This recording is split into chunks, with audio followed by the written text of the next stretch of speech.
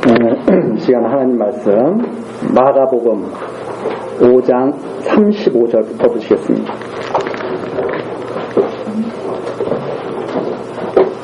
마가복음 5장 35절입니다. 아직 말씀하실 때 회당장의 집에서 사람들이 와서 가로되 당신의 딸이 죽었나이다. 어찌하여 선생을 더 괴롭게 하나이까? 예수께서 그 하는 말을 곁에서 들으시고 회당장에게 이르시되 두려워 말고 믿기만 하라 하시고 베드로와 야고보의 형제 요한 외에는 아무도 따라옴을 허치 아니하시고 회당장의 집에 함께 가사 헌화함과 사람들의 울며 심히 통곡함을 보시고 들어가서 저희에게 이르시되 너희가 어찌하여 헌화하며 우느냐? 이 아이가 죽은 것이 아니라 잔다 하시니 저희가 비웃더라. 예수께서 저희를 다 내어보내신 후에 아이의 부모와 또 자기와 함께한 자들을 데리시고 아이 있는 곳으로 들어가사 그 아이의 손을 잡고 가라사대 달리 다굼 하시니 번역하면 곧 소녀야 내가 네게 말하노니 일어나라 하시니라.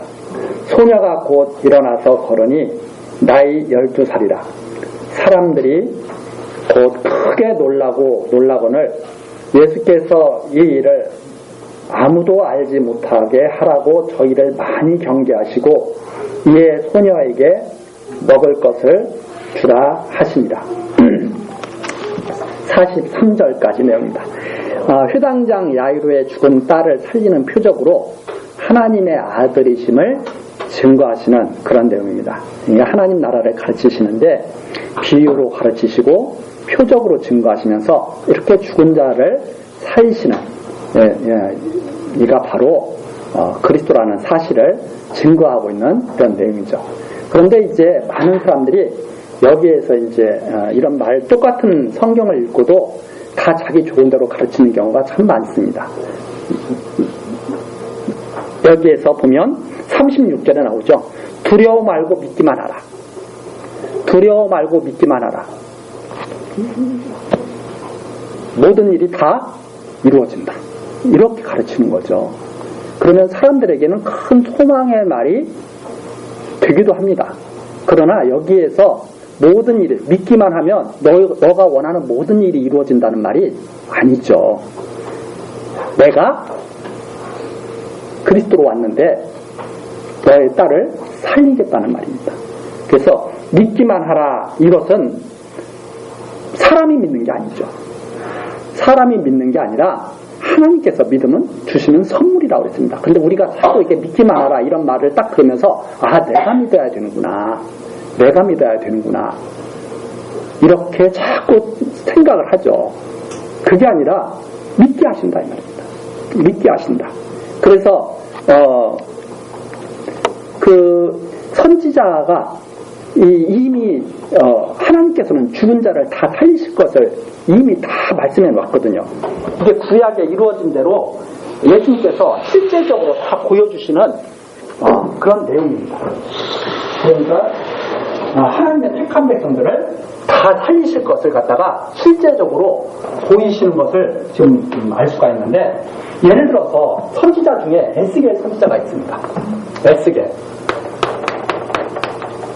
이 에스겔 선지자에게 환상을 보여주시는 내용이 어떤 내용이 있냐면, 골짜기에 데리고 가서 에스겔 선지자를 골짜기에 데리고 가가지고 보여줍니다. 그랬더니 그 골짜기에는 막 뼈들이 쫙 있는데 뼈가 다 말라 비틀어졌어요. 뼈 조각들이 말라 비틀어져가지고 막 흩어져 있는. 그게 이제 에스겔 골짜기의 그 환상을 보여주죠. 그런데 그 에스겔에게 하나님께서 이렇게 물어보시죠.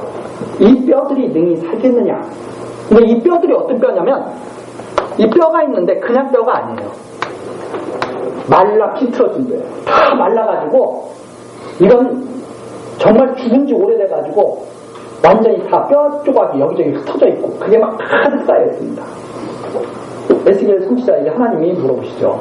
이 뼈들이 능히 살겠느냐? 그러니까 에스겔 선지자가 뭐라고 대답하냐면 하나님이 아십니다. 하나님께 달린 거 아닙니까? 에스겔 선지자가 이렇게 답변을 하죠. 그랬더니 하나님께서 너 명해라. 뼈들 보고 다 붙으라고 명해라. 했더니 뼈들이 막 척척 다 날라 비틀어진 뼈들이 척척 다 붙죠. 자, 뼈들을 보고 다 힘줄이 다 생기고 살까지 다 입히도록 명해라. 힘줄이 다 생기고 살까지 다 입히죠. 자, 이 뼈들에게 생기를 불어넣어라. 생기를 쫙 불어넣으니까 뼈들이 다 살아나서 날라 비틀어진 뼈가 다 완전히 살아나죠. 큰 군대를 이룹니다. 그래서 하나님께서 하신 말씀이 이 살아난 자들이 바로 이스라엘이다.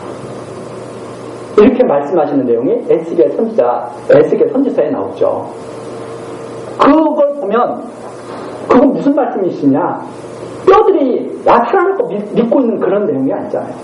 완전히 말라 비틀어져가지고 이건 뭐 소망을 갖고 뭐고 할 것도 없어요. 완전히 다 죽어버린 거예요. 그런데 하나님께서 살려가지고 이스라엘 군대를 만드시는 것을 갖다가 보여주시는 거예요. 근데 사람들이 그런 하나님을 믿는 게 아니라 나는 아직 안 죽었어. 죽기 일부 직전인데 내가 믿기만 하면 난 살아나는 거야. 이런 정도의 하나님을 자꾸 믿는 거죠. 그래서 사람이 소망이 조금 남아있기 때문에 하나님께서 그 소망을 예쁘게 보시고선 이렇게 해주는 그런 하나님 정도로 생각하는 거죠. 그게 아니라 성경에서 말하는 하나님 어떤 분이냐면 완전히 이건 인간으로서는 할 수가 없어. 끝났어요. 완전히 소망이 없는데 살리신 하나님. 지금 여기서도 똑같은 그런 역사죠. 뭐가 소망이 있는 게 아니에요. 소망이 있는 게 아니라 죽은 자를 완전히 살리시는 권능을 보여주시는 그분이 누구냐? 그렇게 하실 수 있는 분이 누구냐? 바로 예수가 그리스도라는 사실을 증거하는 표적. 하나님의 아들로 오셨다고 하는 그 표적, 그 보여주시는데 여기에서 이제 우리가 이제 차근차근 살펴보면 이런 내용이 있습니다. 지금 회당장의 딸을 고쳐주러 가다가 지금 아직은 죽지 않았을 때 고쳐주러 가다가 혈루병 걸렸던 그 여인을 갖다가 고치시고 구원하시는 그 내용을 우리가 봤죠. 그 일이 벌어지는데 회당장의 딸은 죽은 거예요. 근데 우리가 그러잖아요. 마음이 사람이 빨리 가고 싶을 때 항상 뭐가 많이 걸려요? 신호등이 많이 걸리고 뭐가 이렇게 좀 내 마음대로 안 돼. 그렇죠? 이상하게 회사 갈 때 늦은 날은 차가 더 막혀. 그래서 사람들이 그걸 가지고 막 스트레스 받죠. 왜 급한데 저렇게 막히냐고. 아마 이 휴당장도 똑같은 마음이었을 거예요. 빨리 가서 좀 고쳐줬으면 좋겠는데 왜 자꾸 막아서는 사람들은 그렇게 많고 힘들어요? 마음이 얼마나 급했을지 우리가 상상을 해보면 알 수가 있죠. 그런데 딱 죽었다는 소식이 온 거예요. 얼마나 절망했겠어요. 모든 것이 다 불거품이 됐죠. 그런데 예수님께서 두려워하지 마. 믿기만 해. 뭘 믿으라는 건가? 딸이 살아날 거 믿으라는 말이 아니잖아요. 나를 믿어. 딸이 살아날 것을 믿으라는 말이 아니다 이 말입니다. 두려워 말고 나를 믿어라. 그리고선 예수님께서 이해하지 못할 일을 하십니다. 무슨 말이냐면 37절에 베드로와 야고보와 요한만 데리고 가시는 거예요. 다른 사람 따라오지 마. 그 다음 또 어떤 것을 하냐면 40절에 보니까 죽은 야이로의 딸이 있는 곳에서 다른 사람들 또 다 내보내는 거예요. 다른 사람들 다 내보내. 다 내보내신 후에 아이의 부모와 자기와 함께한 사람, 즉 베드로와 야고보와 요한만 데리고 들어가. 그렇게 한 다음에 소녀를 딱 살리십니다. 달리 다굼 소녀야 내가 네게 말하니 일어나라. 소녀가 죽었던 소녀가 탁 살아난 거예요. 사람들에게 알려야 돼요? 안 알려야 돼요? 그 장면을 보고 믿게 해야 돼요? 안 믿게 해야 돼요? 보고 믿게 해야 되죠. 이왕이면 야 방문 열어. 내가 한 거 다 내가 다 보여줄 테니까 이러는 게 아니라 다 내보내고 다도 그렇게 하고 살아났어요. 43절 예수께서 이 일을 아무도 알지 못하게 하라고 저희를 많이 경계하시고 너희 내가 어떻게 했는지 말하지 마. 내가 달리다고 해가지고 일으킨 거 말하지 마. 이렇게 하셨다는 말입니다. 무슨 내용이에요 이게? 당신이 선지자가 말한 대로 오신 그리스도라는 사실을 증거하시고 있다는 말입니다. 그러면 우리가 생각할 때 그리스도가 오셨으면 많은 사람이 다 알도록 안 믿는 사람한테 딱 너 이리 와. 너 안 믿어? 하나님께서 그렇게 해서 믿게 하실 수가 있잖아요. 근데 어떤 사람은 야 못 오게 못 보게 그러신다는 말입니다.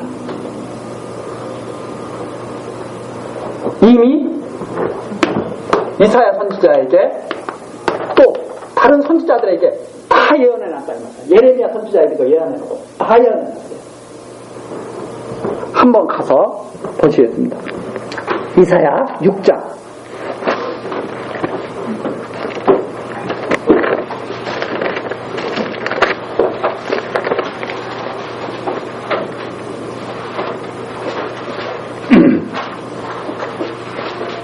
이사야 6장 9절입니다.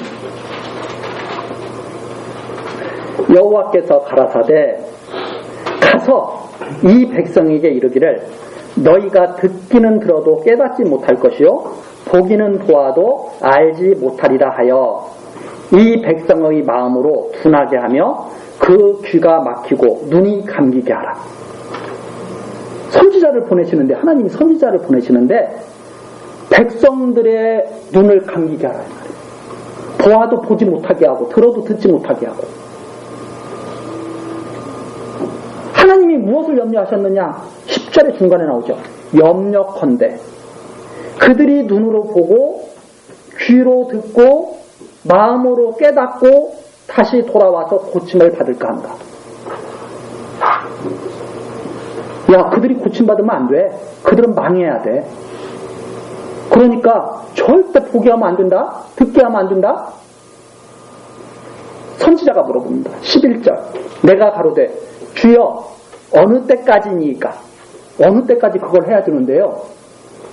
대답하시되 성읍들은 황폐하여 거민이 없으며 가옥들에게는 사람이 없고 이 토지가 전폐하게 되며 사람들이 여호와께 멀리 옮겨서 이 땅 가운데 패한 곳이 많을 때까지니라. 완전히 다 망할 때까지. 완전히 아무런 소망이 없을 때까지. 완전히 다 죽어버릴 때까지 그렇게. 그게 바로 이제 이스라엘 백성이 멸망당할 때까지 그렇게 하라는 말이에요. 완전히 망할 때까지 해.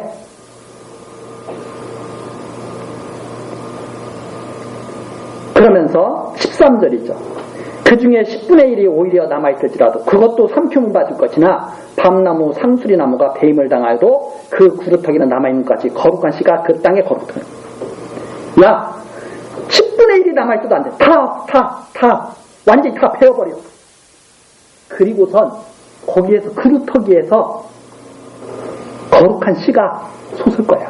완전히 죽은 다음에 사람들이 완전히 소망이 끊어진 다음에 그때 살아나는 것을 갖다가 내가 보여줄 거야. 그래서 완전히 죽지 않는 사람은 하나님과 아무 상관이 없는 사람이에요. 내가 아직도 내 능력으로 뭘 할 수 있다고 생각하는 사람은 하나님과 아무 상관이 없어. 왜? 그때까지는 듣기는 들어도 듣지도 못하고 보지도 못하고 하나님의 택한 백성은 어떻게 되느냐? 완전히 다 죽일 거예요. 그리고 에스겔에게 말씀 보여주신 것처럼 하나님의 온전하신 혼자의 능력으로 다 다시 살리실 거예요. 그것을 갖다가 아무에게도 보여주지 마라. 누구만 구루터기에 남아있는 자들만 그 사실을 알게 된다. 이스라엘 백성이 아무리 많아도 상관없어요. 10분의 1 남아도 안 돼. 다 죽여버려요. 완전히 구루터기만 남아야 돼. 거기서부터 새롭게 하나님이 역사하실 것이다. 이것이 이미 다 예언되어 있는 내용이죠. 예수님께서 그 역사를 하셨다 이 말입니다. 당신이 볼 자와 보지 못할 자를 선택하신다. 완전히. 누가 이것을 볼 것인가? 누가 보지 못할 것인가? 다 선택하고 선지자들이 예언한 대로 이루심으로 말미암아서 당신이 언약하신 선지자들이 언약한 그 그리스도라는 사실을 증거하고 있는 내용이 바로 여기 내용이죠. 그러니까 이걸 통해서 예수가 그리스도라는 사실을 증거하는 그것이 가장 합당한 것이지. 여러분 믿기만 하면 원하는 듯 다 됩니다. 긍정의 힘 이런 거 말하면 안 된다 이 말이에요. 근데 사람들은 그걸 더 좋아해요. 왜? 그거 가지고 살려고 그러고 자기가 자기 힘 가지고 살려고 그러니까. 자기의 능력 가지고 살려고 그러니까. 그게 아니라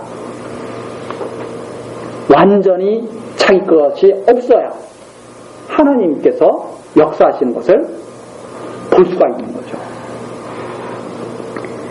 그래서 여기에 있는 이 내용이 바로 그냥 너희 믿기만 하면 죽은 자도 다 살려주신다 이런 내용이 아니라 이렇게 역사하신 분이 구약의 예언대로 오신 선지자, 참 선지자 그리스도가 확실하다 하는 사실을 증거하고 있다.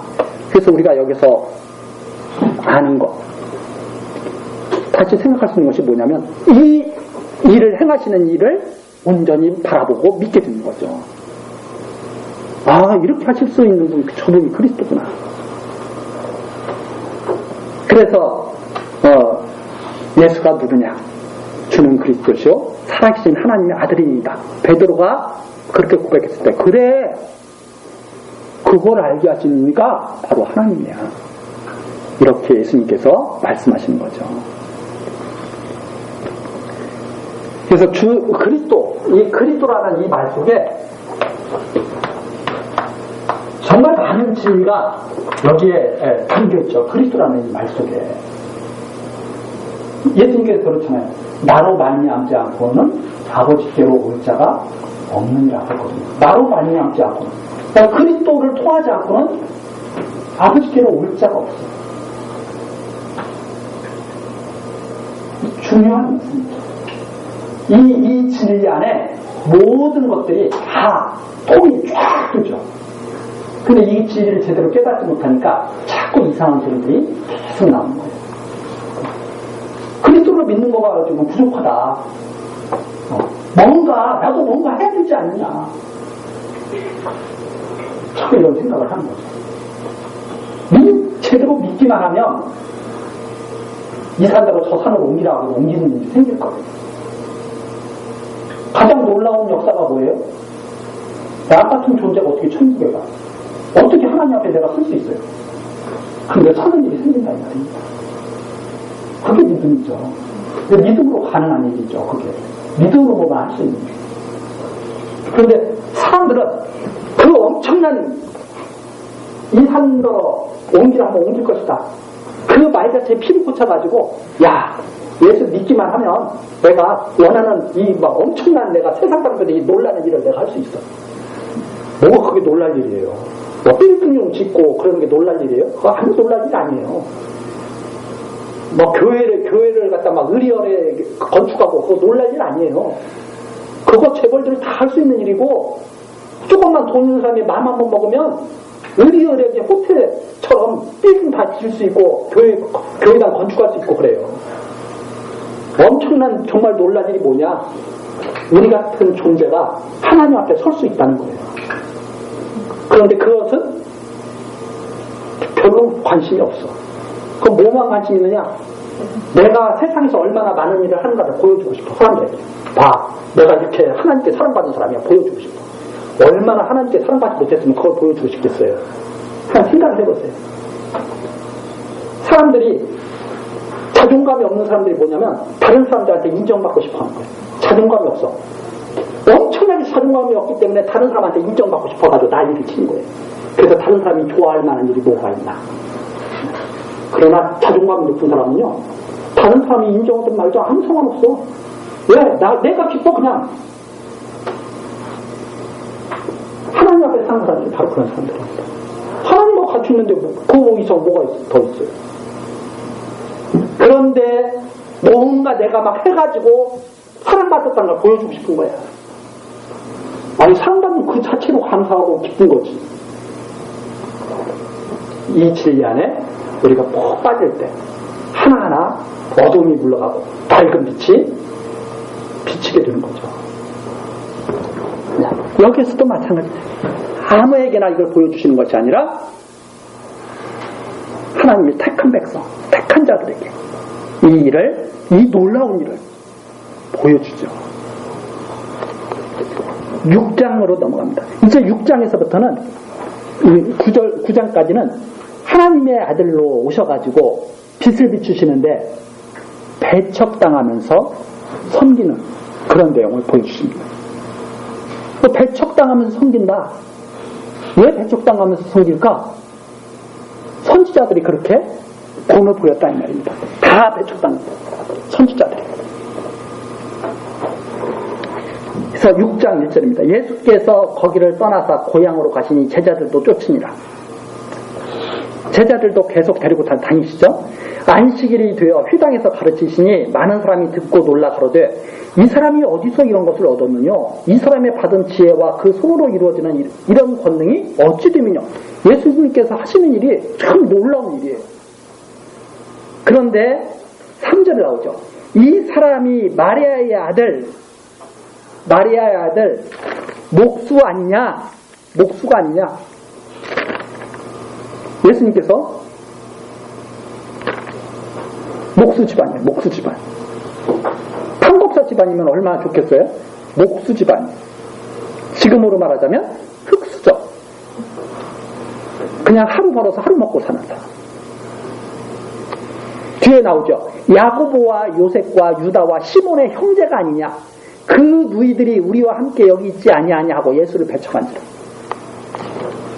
야 이거 뭐 말은 뭔가 좀 놀라운 말을 하는 것 같고 뭐 일은 놀라운 일을 좀 하는 것 같은데 아유 우리가 다 알지. 목수의 아들 목수 마리아가 낳은 아들 그리고 그 형제 우리하고 지금 다 같이 있어. 사람들이 예수를 너무 잘 알아요? 너무 잘 몰라요? 자기들은 너무 잘 안다고 생각해요. 너무 잘 아는 게 아니라 섣불리 안 거죠. 왜? 겉모습만 보는 거예요. 겉껍데기만 보는 거예요. 나타나는 현상만 보는 거예요. 요셉과 마리아가 결혼해서 낳은 아들 목수야. 그 형제들도 있는데 그 형제 나하고 얼마 전에 같이 만나가지고 저 차 한잔 했다니까 뭐 이런 거죠. 다 겉모습만 보는 거예요. 그래가지고 배척을 했다 이 말입니다. 우리가 오후에 욥기 하잖아요. 욥의 친구들이 욥이 망한 것만 보고 배척하잖아. 욥이 망한 거 보고 야 너 하나님 제대로 안 섬기는구나. 겉모습만 보고 섣불리 알면 정말 가치 있는 것을 놓치죠. 진짜 잘 알아야 무엇이 가치 있는지 없는지 알잖아요. 저 같은 경우는 예를 들어서 뭐 고려자기 같은 거 봐도 그것이 그냥 항아리인지 이게 진짜 고려자기인지 잘 분간 못할 거예요. 눈이 없습니다. 겉으로는 분명히 항아리인데 그런 거 방불한 거예요. 그러나 보는 눈이 있는 사람은 이거 고려 천자고 알아보죠. 그런 것과 방불한 거예요. 예수님께서 하시는 말씀입니다. 4절. 예수께서 저희에게 이르시되 선지자가 자기 고향과 자기 친척과 자기 집 위에서는 존경을 받지 않음이 없느니라 하시며 거기서는 아무 권능도 행하실 수가 없어 다만 소수의 병인에게 안수하여 고치실 뿐이었고 저희가 믿지 않음을 이상히 여기셨다. 이건 무슨 말이냐면 예수님께서 그렇게 말씀하시는 거예요. 선지자들 다 그렇게 할 거라고 벌써 보여줬잖아. 다 이스라엘에게 다 배척받을 거 보여줬잖아. 나도 그러는 거야. 왜? 이렇게 보여준 대로 내가 온 거야. 이 말입니다. 그래서 이걸 가지고 또 어떤 분들은 또 이렇게 해요. 목회를 하려면 자기 고향에 가서 하면 안 되고 다른 고향에 가서 해야 된다고. 다른 곳에 가서 아니 그러면 왜 세수번을 하고 난리를 쳐요. 모르는 곳에 가서 해야지. 흔히 말 안 듣는 소리를 갖다가 자꾸 그렇게 하면서 그렇게 가르치면 안 된다는 거예요. 여기 지금 목회를 자기네 동네에 서지 마. 너 코1 때부터 다 봤는데 너 거기 가서 목회하면 안 돼. 누가 안 따라. 이런 소리 하면서 그렇게 하면 안 된다는 말입니다. 선지자에게 이스라엘에게 선지자가 버림받을 것을 다 보여주지 않았느냐. 자기 고향 가나안에서 다 버림받을 거 보여주지 않았느냐.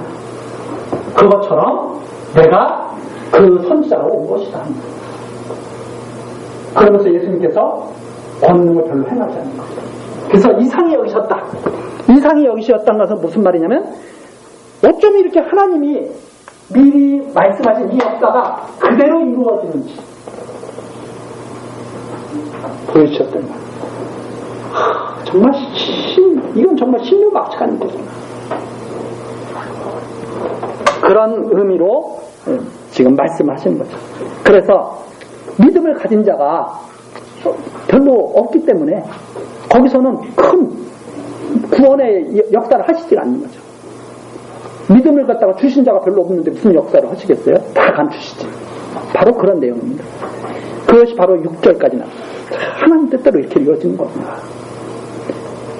이에 모든 촌에 두루 다니시며 가르치시라. 그 다음에 이제 7절부터 13절까지는 12제자를 보내시면서 배척당하면 먼지를 떨어서 증거하라고. 그냥 속상해 하지 말고 다 먼지가 다 증거할 거야. 먼지를 떨어버려. 이렇게 말씀하시는 내용이 나오죠. 왜? 그렇게 배척당할 것이 택함을 받지 않은 자들에게 배척당할 것이 다 예언되어 있다는 말입니다. 그래서 7절 12제자를 부르사 둘씩 보내시며 더러운 귀신을 제하는 권세를 주시며 명하시되 여행을 위하여 지팡이 외에는 양식이나 막대기나 전대의 돈이나 아무것도 가지지 말며 신만 신고 두 벌 옷도 입지 말라 하시고.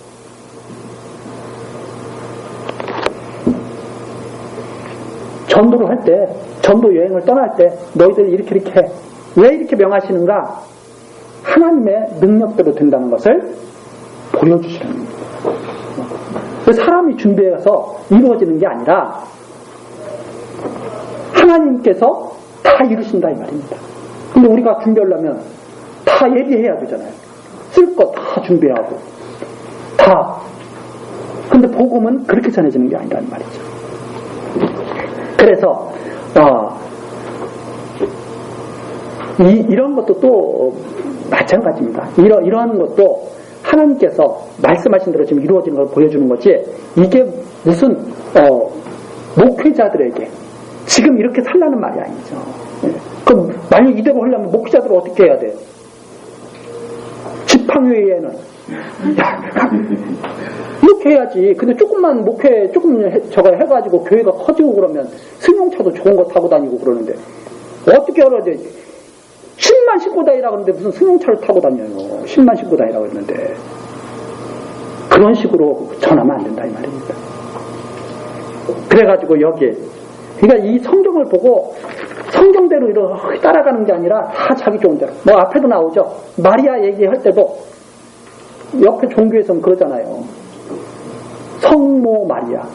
마리아는 죄가 없는 분이에요. 나로 말미암지 않고는 아버지께로 올 자가 없니다. 마리아는 예외야. 왜? 그리스도를 낳은 하나님을 낳은 어머니다 이 말입니다. 하나님을 낳은 어머니. 그럼 그럴 것 같아요? 안 그럴 것 같아요? 그럴 것 같죠. 뭘로만 보니까, 육으로만 보니까. 응? 마리아의 몸에서 나셨잖아요. 근데 성령으로 잉태하셨잖아요. 근데 마리아의 몸에서 났어야 돼요. 그러니까 마리아는 하나님을 낳은 분이니까 죄가 없어야 된다 이 말이에요. 그래서 예수를 잉태하는 순간 죄가 없어졌다 다. 그러면 예수를 힘입지 않고도 혼자 하나님 앞에 나갈 수가 있는 거죠. 모든 인간에서 예외. 근데 하나님의 어머니를 낳은 어머니는 어떻게 되는지 몰라. 그것은.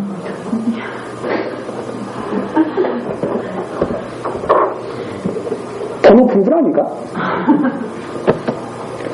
그런데 이런 것을 말하면은 이제 막 신성 못 얻겠다고 해서 나이를 친 거죠.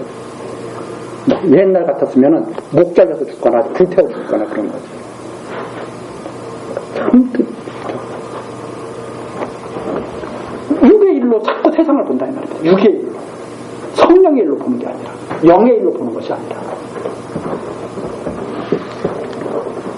마찬가지죠. 이것도 지금 명하시는 것이 제자들에게 이렇게 해서 살라는 말이 아니라 복음이 이 제자들을 보내시는 분이 누군가를 알게 하시는 거예요. 이 제자를 보내시는 분이 바로 말씀을 전하게 하시는 권능을 가진 그리스도라는 사실을 증거하시는 내용이 바로 여기 있는 것이다.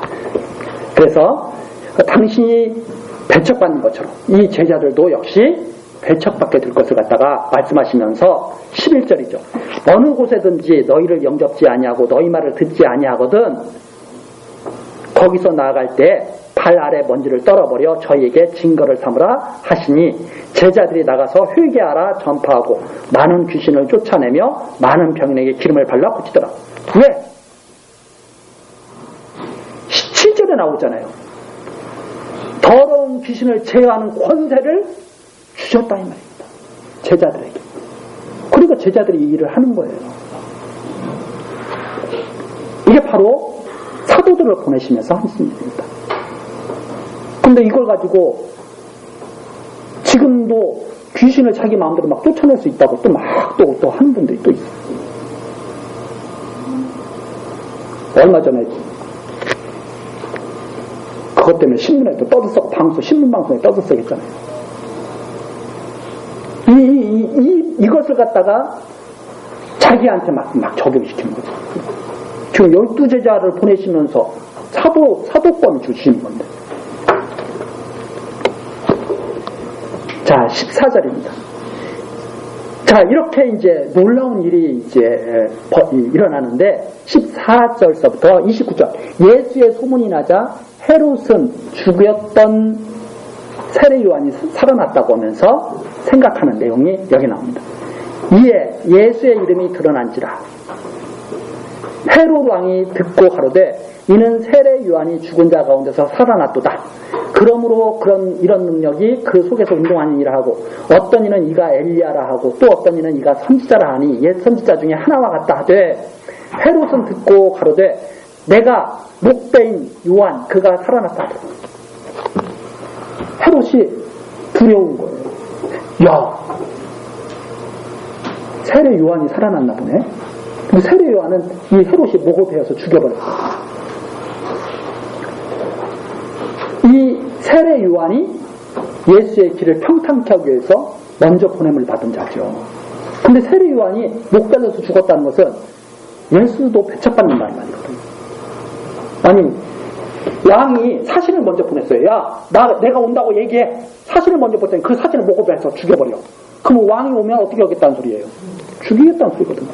그래서 이것은 지금 예수님께서 이렇게 배척받고도 끝까지 그 일을 하신다고 하는 바로 선지자가 에게 명하신 대로 끝까지 복음을 전하신다고 하는 그 내용을 증거하기 위해서 이걸 여기에 이렇게 집어넣은 거지. 이거 있을 필요가 없잖아요. 그렇잖아요. 예수가 배척당하면서도 끝까지 하나님의 뜻을 따르고 섬긴다고 하는 그분이 그리스도라는 사실을 증거하기 위한 내용이 바로 이 14절부터 29절까지 내용에 담겨있는 뜻이다 이 말이에요. 근데 그렇지 않으면 괜히 이거 있을 필요 없잖아요. 바로 고치더라 13절 한 다음에 30절로 딱 오면 되잖아요. 사도들이 예수께 모여 자기들의 행한 것과 값진 것을 낱낱이 고하니 그러면 깔끔하게 해결되는데 왜 갑자기 14절부터 29절까지가 여기 들어와 있느냐. 예수가 배척당하면서도 이 일을 하셨는데 그 예수가 바로 그리스도라는 사실, 구약에 예언된 대로 배척당할 것으로 예언된 그리스도라는 사실을 증거하기 위해서 14절부터 29절이 나와 있다. 이렇게 생각하시면 틀림없죠. 자, 헤롯이 요한이 살아났다고 합니다. 왜? 똑같아요. 전하시는 그런 내용이. 그래서 왜 어떻게 해서 세례 요한이 죽었느냐? 바로 17절에 나오죠. 전에 헤롯이 자기가 동생 빌립의 아내 헤로디아에게 장가 등고로 이 여자를 위하여 사람을 보내어 요한을 잡아 옥에 가두었으니 그때 어떤 역사가 있냐면 빌립의 아내를 헤롯이 취해요. 그게 자기 동생이야. 살아있는데도. 그래가지고 이건 정말 악한 일이다 해가지고 세례 요한이 다 갖다 말하니까 옥에 갇혔어요. 바른 말을 했다고. 옥에 갇히고 나서 이제 죽는 장면이 나오죠. 18절 이는 요한이 헤롯에게 말하되 동생의 아내를 취한 것이 옳지 않다 하였습니다. 그래서 한 번만 말해요. 이 말하되가 한 번만 말했다는 게 아니라 계속 말했다는 거예요. 그건 옳지 않은 일입니다. 또 조금 있다가 조금 지나면 그거 잘못된 일입니다. 계속 그렇게 지적을 한 거죠. 19절 헤로디아가 바로 이제 빌립의 아내 아닙니까? 자기 남편 살아있는데도 남편의 형제에게 또 결혼한 이 헤로디아 얼마나 이 여자가 악하겠어요. 이 헤로디아가 요한을 원수로 여겨 죽이고자 하였을 때 하지 못한 것은 헤롯이 요한을 의롭고 거룩한 사람으로 알고 두려워하여 보호하며 또 그의 말을 들을 때 크게 번민을 느끼면서도 달게 들음이더라. 근데 죽이라고 자꾸 헤로디아는 그러는데 헤롯은 죽일 수가 없어. 왜 그런가 하면 요한하고 말을 하다 보면 괴롭기는 한데 이게 뭔가 괜찮은 인간이야. 그쵸? 그랬잖아요. 나한테 뭔가 나쁜 말을 하긴 하는데 그래도 저 인간 괜찮은데 이런 생각이 드는 거예요. 그러니까 헤롯이 죽이고 싶지가 않아. 21절입니다. 마침 귀 좋은 날이 왔으니 곧 헤롯이 자기 생일에 대신들과 청부장들과 갈릴리의 귀인들로 더불어 잔치할세 헤로디아의 딸이 친히 들어와 춤을 추어 헤롯과 및 함께 앉은 자들을 기쁘게 한지라. 바로 살로메로 알려져 있는 여인. 살로메의 춤. 아주 유용한 춤을 추죠. 왕이 그 여아에게 이르되 무엇이든지 너 원하는 것을 내게 구하라. 내가 주리라. 자기가 다 세상을 줄 것처럼 그런 거죠. 23절 또 맹세하되 무엇이든지 내게 구하면 내 나라의 절반까지도 주리라 하거나 사람들 앞에서 호언장담하는 거예요. 너 원하는 거 내가 다 줘줄게. 너 원해. 이게 참 호탕한 사람 같지만은 경솔하고 미련하죠. 쥐가 뭔데 뭘 다 줘요. 원하는 대로 다 줘요. 24절 저가 나가서 그 어미에게 말하되 내가 무엇을 구하리이까? 그 어미가 가로되 세례 요한의 머리를 구하라 하니 저가 곧 왕에게 급히 들어가 구하여 가로되 세례 요한의 머리를 포반에 담아 곧 내게 주기를 원하옵나이다 한데 왕이 심히 근심하나 26절 나오죠. 얼마나 미련한 것이 자기의 맹세한 것과 그 앉은 자들을 인하여 저를 거절할 수 없는지라. 자기 뜻대로 되는 거예요. 하나님 뜻대로 되는 거예요. 하나님이 다 못 베어 죽이고 다 그렇게 하게 한다고 다 그랬잖아요. 자기 뜻대로 세례 요한이 보호받고 있는 줄 알았을 거예요. 헤롯은. 근데 때가 되니까 그게 아니라는 것이 밝혀지죠. 내가 그렇게 하고 있었던 것이 아니라 하나님께서 얼마나 미련하고 악한 것인가를 다 드러내게 하시려고.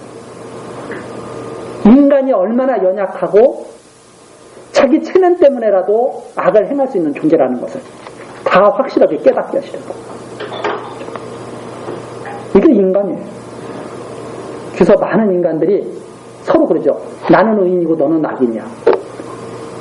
성경에서 말하기를 너도 악인이고 너도 악인이야. 하나님 앞에서 은혜 받은 자가 거기서 벗어나는 거예요.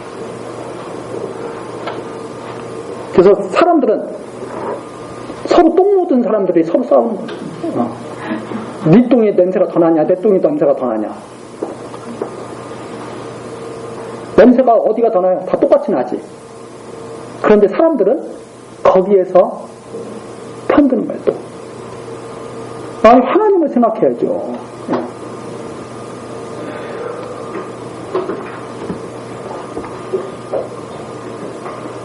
이 세상이 사람 뜻대로 움직여집니까?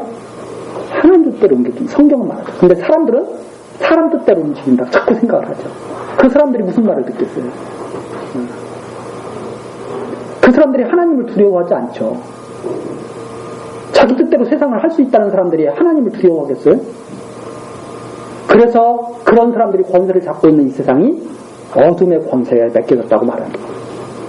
이 세상을, 이 성경에 나온 누가 이 세상을 천국이라고 말하는 사람이 어디 있어요?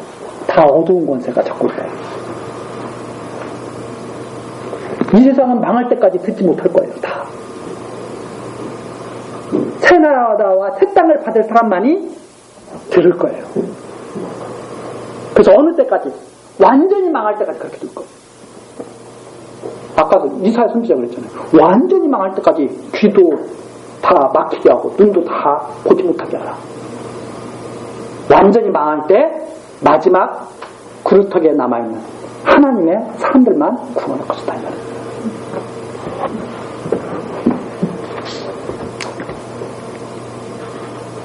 26절 다시 한번 보시면 왕이 심히 근심하나 자기의 맹세한 것과 그 앉은 자를 위하여 저를 거절할 수가 없는지라. 어떻게 할 수, 어떻게 상황에서 벗어날 수가 없어요. 27절 왕이 곧 시병 하나를 보내어 유한의 머리를 가져오라 명하니 그 사람이 나가 옥에서 유한을 목베어 그 머리를 소반에 담아다가 여호와에게 주니 여호와가 이것을 그 어미에게 주니라.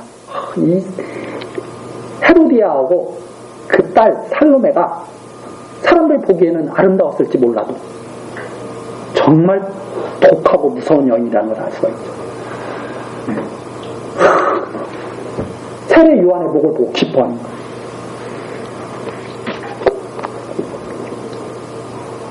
왜 이렇게 하나님이 역사하시는가? 배척당한다는 것을 보여주시라. 원한다고 해서 세례 요한과 함께 할 수 없다는 것을 알게 하시라. 세례 요한을 지킬 수가 없어. 그들은 배척해야지. 세례 요한을 지킬 수 있는 사람은 예수 그리스도를 영접할 수 있는 사람이죠. 그래서 예수가 그리스도라는 사실을 증거하는 내용으로 바로 세례 요한, 예수에 앞서 사자로 보내신 그 세례 요한이 이렇게 목베임 받아서서 순교당하는 것을 보여주심으로 예수가 배척당하는 그것이 하나님의 뜻이었다고 하는 것을 이미 정하신 하나님의 뜻이었다고 하는 것, 그래서 이것이 증거가 된다고 하는 것을 우리에게 알게 해주신 겁니다. 이게 바로 예수가 그리스도라는 증거다. 29절 요한의 제자들이 듣고 와서 시체를 가져다가 장사하니라. 자, 그 내용이 바로 29절까지 나오고 그 다음에 30절부터 이렇게 배척당하면서도 목자 없는 양 무리들을 불쌍히 여기시고 돌보시는 내용이 6장 30절부터 56절까지 나옵니다. 그럼 예수님께서 왜 목자 없는 양 같은 이스라엘 백성들에게 긍휼을 베푸시느냐, 왜 그들에게 예병이어의 표적을 해서 먹이시고 그러느냐, 이미 선지자들에게 다 또 예언해 놓으셨거든요. 엘리야 선지자의 뒤를 이은 엘리사 선지자가 20명분의 그 음식을 갖다가 100여 명에게 먹이는 장면도 다 보여주셨거든요. 참 선지자가 오셔서 백성들을 갖다가 먹이시는데 오병이의 표적을 통해서 신령한 양식을 풍성하게 먹이실 것에 대한 말씀을 갖다가 하시고 있는 것이 바로 여기에 나와 있는 이런 내용이죠. 자, 그 내용은 우리 다음 시간부터 또 한번 살펴보도록 이렇게 하시겠습니다. 기도하시고. 성도의 믿음을 지키시는 하나님 아버지, 변함없이 사랑을 베풀어 주신 감사와 찬송을 드립니다.